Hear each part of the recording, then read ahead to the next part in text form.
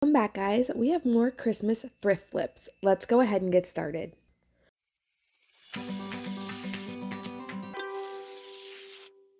We're going to be starting out with these cute snowshoes that I picked up from the thrift store. I am just going to get rid of all of this old florals and flowering in the ribbon and just give it all a refresh. It's pretty dusty and dirty, and so we're just going to remove it here.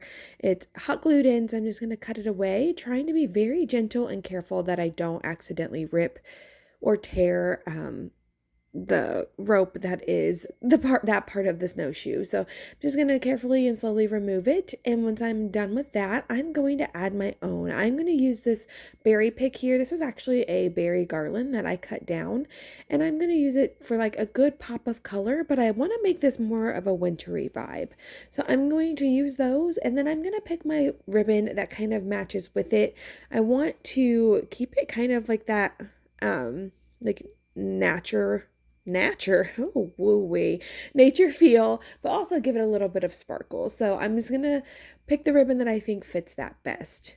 I'm using some floral wire here just to wire in those berries. I'm gonna try not to use hot glue on this because I want whoever buys it, in the future, if they want to switch it out, then they would be able to do so just by cutting and snipping that wire. So I'm just going to make sure that that's nice and secure. I'm going to cut down this extra stem that I have sticking out here, and then I'm going to start working with some ribbon, kind of playing around with how big I want it to be and how long I need all of the ribbon to be to make that size. Once I get that, I'm going to just lay the ribbon down on top of each other to make sure they're all the same length, and I'm going to cut it down. I'm going to do the burlap in the back, the red in the middle, and then that thin green piece on top of all three of those. I'm just going to cut out an extra little piece here because this is going to wrap around the middle of the ribbon to hide the wire once I get the wire in place. And I'm just going to take it here, and you see me kind of wrapping or like folding it over itself and then twisting those tails. So if I would have left it the way it was, the tails would have been backwards. So I just kind of twisted them around, got them in place where I want to be, see what it's going to look like on the snowshoes, and then I'm going to cinch it in the middle and wrap some floral wire around it to keep it in place. I'm just going to twist and twist. I want to make this pretty tight to where the bow is nice and cinched in the middle, but not too tight to where I can't fluff up those like loops where the bow is. So I'm just going to do that until I'm happy, and then I'm going to add that little piece that I had cut out of the green, and I'm going to wrap that around the bow. Again, this is just hiding the wire. It's not necessary if you like the look of it. And I'm just going to hot glue that down and cut away any excess that I don't need. And then I'm going to kind of style it with cutting out little triangles from the tail so that it just gives it a little bit more decoration. So I'm also going to wire this bow in. I'm not going to, again, use hot glue because I want it to be able to be easily removable. Again, the ropes on here, I didn't want to accidentally tear or cut them. So again, thinking about future use to make this piece really last over time, not hot gluing this piece down would make it easier once this is worn and old. So anyway, you see me cutting out my triangles here. I wired everything in, and then I decided that I needed a little more pop of red. So it's kind of heavy on the right side with the berry. So I'm just going to take another little piece of that, put it in there, and if I like it, wire it down, which you'll see here, I did like it. So I did wire it down, and again, I'm just using some floral wire. You can pick this up at any of your craft stores, Walmart, any of those. After that, we needed to add a better hanger to this, so I'm just using some wired jute from the Dollar Tree, and I'm just going to wrap this around the top here and twist it around, and then I'm going to use a little bit of hot glue to hit those edges. They're really frayed up and I want them to look a little more put together. So I'm just going to put a little dab of hot glue on each of those edges and cinch that down. And I am done. It was an easy flip, but I think it's super cute. I love the pop of color. Next, we have this little Santa container, flower pot. That's what I'm gonna make it. I don't know, guys. We're not gonna fully call this a flip because all I had to do is clean it. These are my favorite finds because who doesn't want something that's really cute without all of the extra work? I could have painted it up. There were a few blemishes on it, but not enough to make me want to change anything about it. All I did was take some baby wipes and give it a really good cleaning. So I wiped down the whole outside, and then inside you can see it's pretty dirty. So I just wiped it down really good and cleaned it up. And then I was ready to move on from there. Again, this is going to be super simple. From there, I'm going to take some of the floral foam and I'm going to cut it down to size to fit in there. I want it to be slightly larger because I want to make sure it fits nice and snug. So you see me, I'm just going to kind of force it in there and then pick it up to make sure it can't just pull out or fall out. I'm going to be adding some greenery. I'm using these little picks here. It's hard to see from the top view, but this is from an old like hanging topiary. Sorry guys, I'm really struggling with my words today. Not that I'm ever good at it, but I've been using this since last year. I thrifted it and using all these little picks to design new things, and I love them. They kind of have like an icy feel to them, like little tiny green berries on them, and then some of them have big red berries on them. I just really, really love them. So I'm just going to use them for this piece too. I'm just going to poke as many as I think I need in there, making sure some of those kind of come up and over the sides. I think it just gives it better, makes it look better, gives it better dimension. And then I'm sticking this one in there and I immediately hate it and take it right back out because it just did not fit what I was going for. So I'm just going to add a couple pine cones in here. I have this big one and I have this like mini pine cone. It wasn't long enough, so I just took some floral wire and wrapped it around to make it like a new stick for it so that it could fit down in there and actually reach the foam, so where it wasn't just free floating. And then I'm going to just add in a few more of those picks around where I think they need to be and just fill it up a little bit until I get a look that I'm like that full look that I'm going for. We're going to be adding on a ribbon, and I'm just going to use that same green ribbon from the last one. I just cut it down to the size I needed, and I'm simply tying it around the top of the Santa bag. I think the green's going to bring the greenery from the arrangement we just did and just give those really good pop of Christmas colors. I'm cutting down those little tails, and then from there I'm making a little wooden tag. I'm pretty sure these tags specifically came from Hobby Lobby. I know you can get something similar from Dollar Tree. I am using some antiquing wax and I'm just going to paint that on. My wax is slightly watered down to make it easier to spread. So I'm just going to paint the front, back, and all of the sides of this, and I'm just going to paint it on and then wipe it right back off to get a nice colored stain that I would like. And then there's also 3 little beads at the top, little wooden beads, and I'm going to antique wax those as well so that they match. And I think this really is going to help pull out the natural tones of those pine cones. From there, I had printed out a little decal from my CRICUT that I created that said property of Santa. And as you can see here, it stuck not even a single letter. So we're going to go back to the drawing board, literally to the drawing board, and get out a paint marker. I did let that tag completely dry. I don't know what happened, but that's okay. I'm going to use this black paint marker because I didn't have a white one on hand. And I'm just going to write from, and then I'm going to use my carbon paper to trace Santa because I really liked the font on it.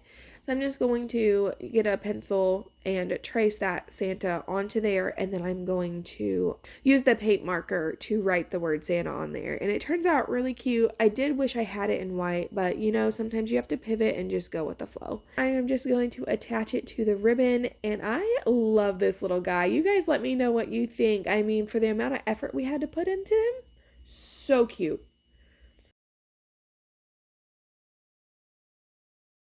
Next, we are working on this sign. So I picked up this sign probably 2 years ago. It's just been in my hoard. I love to keep old wooden signs. You never know when you're going to need them or when inspiration will strike. So I picked this up and it's just been sitting there waiting for the perfect DIY. So I found it. I have a piece of decoupage Christmas paper that I'm going to put in here, but first we need to paint it up. So I'm using some white chalk paint and I'm going to paint the entire front surface. Typically when I do my projects, I do the front, sides, and back, but I really love the wooden back on this. It just really ages it. You can tell it was not made by a machine. I just think it's pretty endearing and I'm going to leave it alone. So I'm going to do one good even coat over the entire face of this sign. And you also saw me cut off the old like raffia bow that was on there. It was pretty done. So I'm just gonna be very careful that I'm not spilling over the edges here to get anything on the sides, the wood sides that I don't want it on. And then I somehow didn't press record for this, but I'm using that kind of like sea foamy green color. I am doing a like semi dry brush stipple. I'm basically putting the tip of the paintbrush into the paint, getting off any extreme excess, and I'm just bouncing my brush and stippling on that paint. It's leaving a lot of texture, so I went with the white frame, then from the frame that to the seafoam green, and now I'm doing more of like a Christmas green. This is all in chalk paint, and I'm using a stencil brush or a really textured bristle brush, and I'm just going to keep bouncing that all over this frame. I know I only gave you a quick glance of the decoupage paper, but it has really pretty trees and greenery on it, and I'm kind of mimicking that same thing to make it all match. So I'm just going to keep doing this until I'm happy. I go back in and do a little bit more of that seafoam green, as you can see here, just to break up that dark green a little bit more. It got a little bit too dark for me, so don't worry, you can layer this and really make it what you want it to be. So once I did that and I was happy with that, again, it's just kind of a feel thing. Go until you like how it looks. If you need to step away with fresh eyes, walk away for a minute, get you a glass of water, come back, take a look at it, and it'll really give you a fresh look. After that, I came in with some white because we're going to mimic a little bit of snow, and then this is also going to lighten it up just a little bit more. And I'm just going to do this all over the entire frame until I'm happy with what it looks like. And then I'm going to let it dry. Once I'm done with that, I'm going to do another coat of the white on the background here, just to make sure that when I do put my decoupage paper down, nothing is showing through, and it has a nice bright true color to it. So I'm just going to paint it up, clean up all of my edges here, make sure everything looks nice and straight. That way it all kind of meshes together really well. And then I need to let this entire thing dry until I am ready to move on to my paper. I had also decided that with the edges, again, I wanted to keep them that raw wood. I just thought it looked really pretty. I think it'll kind of bring this whole piece together, but I wanted to just kind of refreshen it and seal it and make sure that it's nice and safe. So I'm using that antiquing wax, and I'm just painting on to the edges of this, and I did not paint on and wipe it off. I just painted it on and let it absorb what it needed to. Again, this sign is old, so it's just kind of like absorbing into there. And freshening it up and just giving it a deeper, richer color, which I think is going to be a great contrast with the picture that I'm putting in here and the design at the end. After that, I'm taking a very small detail brush and I'm just kind of distressing the edges a little bit. So I'm just kind of hitting the tip of it onto the edges of I did it on the outer edge and then this inner edge. And then I'm just kind of dabbing it with a paper towel and smearing it out or smudging it out a little bit so it's not so harsh. And I'm just going to do this until I'm happy. So if I accidentally smudge too much or take too much off, I'm just dabbing it back on and adding a little bit more. But this is just going to slightly pop those details out without overwhelming the picture frame. Now you can see the picture here. I'm going to go ahead and cut away those white trim edges. I don't want any of those to show up on my paper, or I mean on my picture, which I don't think so because it's so big, but just in case, we're going to get rid of it here. And then I'm just going to kind of lay it out, find out where I want it to go, kind of get an idea of what my plan is, and then I'm going to get my Mod Podge out and do a nice even layer all over the white part of this frame. I'm going to try really hard not to get it on the lips of the frame so that it doesn't dry there and tear. But I'm just going to do, again, an even coat, making sure I'm getting in all of the corners really well and all the way up to those edges really well because you want your edges to stick. Once I have that coat applied down, it is time to add my picture in and just go nice and slow. I'm just going to start in the middle, crease from the top, all those edges, making sure I'm working all the air out to the edges. And then I'm going to cut away this excess just to make it a little easier to fold down. I'm going to use my hand, make sure I'm pressing it all, and then once I'm ready, I'm going to Mod Podge the top of this with a nice even coat. I'm just going to do this all over. I try to go in the same direction, so on some of the edges you have to change your direction a little bit, but I try to make sure I'm moving my brush in one direction with a nice soft bristle brush. That way you don't get brush strokes or can see in the light where you change directions. I am going to finish this up and let it fully dry. And once it is fully dry, I'm going to take my X-Acto knife and just slowly run it across the edges where the picture meets the frame. This is going to give me a nice clean cut. When I get to the corners, I'm going to be very careful, cut those corners out, and then just peel away the excess of that paper.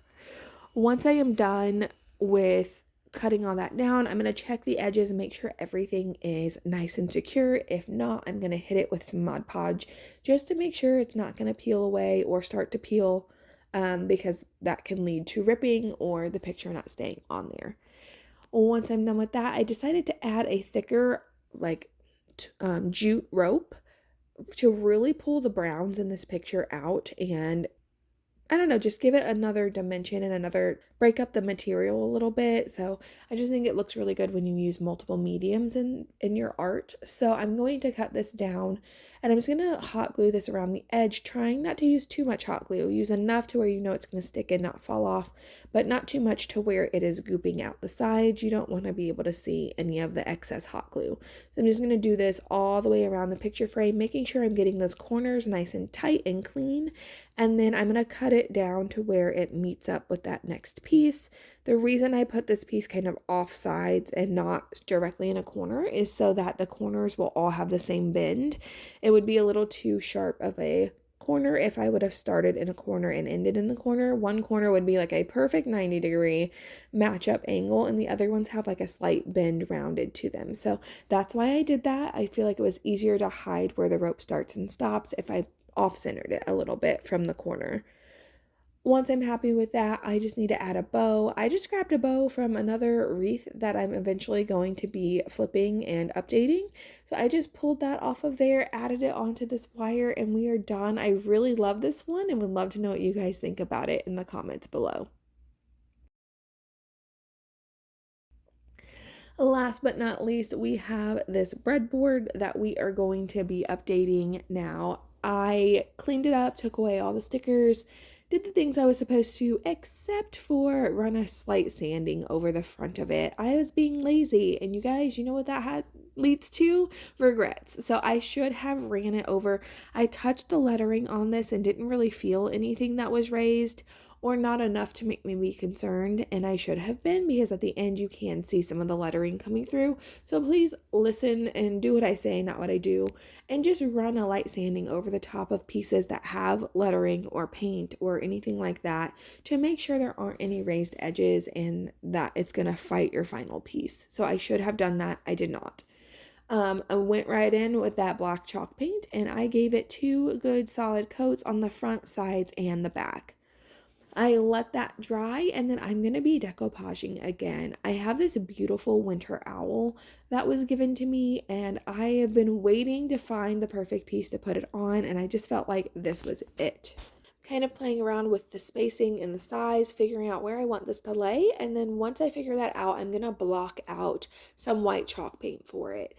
I'm just going to paint that block so that when I put it down, the picture pops and keeps that bright whiteness to it. If I did it with the black paint in the background, I would lose some of the image.